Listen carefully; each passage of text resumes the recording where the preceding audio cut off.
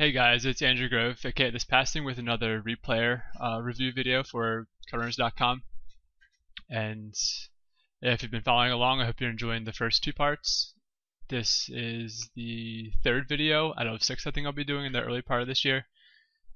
Just going over hands from last year and certain filters that I found interesting for me that I wanted to study and that I thought you guys would benefit from too. Today, and for the next video, it's going to have hands that are featuring in 3-bet pots. So this one's going to be in position, and the next one's going to be out of position. So yeah, let's not waste any more time talking. Let's just get into it. So in this hand, under the gun limped a sort of.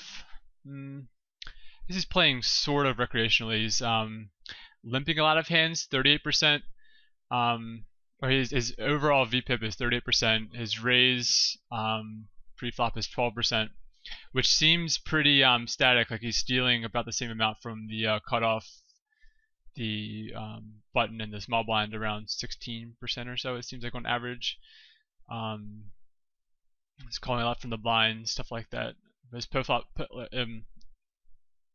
post-flop, it seems pretty normal from him.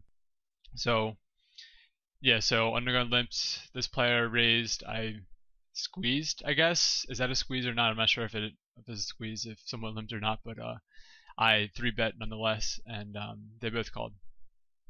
And we get this very dry board. And yeah, so I can show my hand now, since that's going to be the important part of the first part we're going to look into. So I have a pretty good double suited hand, high card hand, and I want to know, well, let's look. Not that part yet.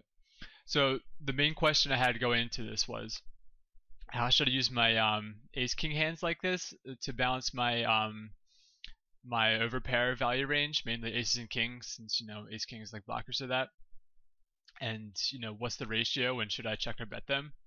And how much equity does my actual hand have versus different parts of villains' ranges on this board texture?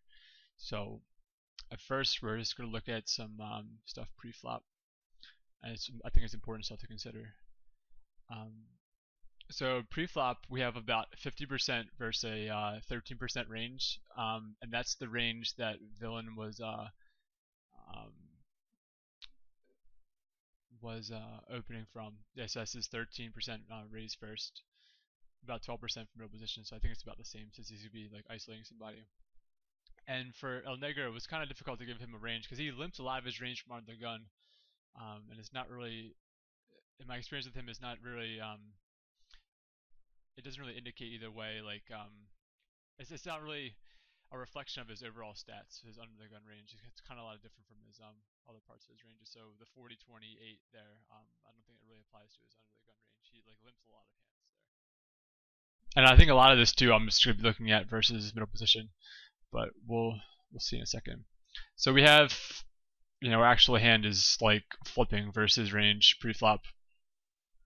So that's something to consider. We're not really pushing an equity edge or anything with this hand. Versus range, and if you did happen to have aces, we have 37% equity versus aces, so we could call a 4-bet if that's our only consideration, which it probably would be because he's so short that there's not much money left post-flop.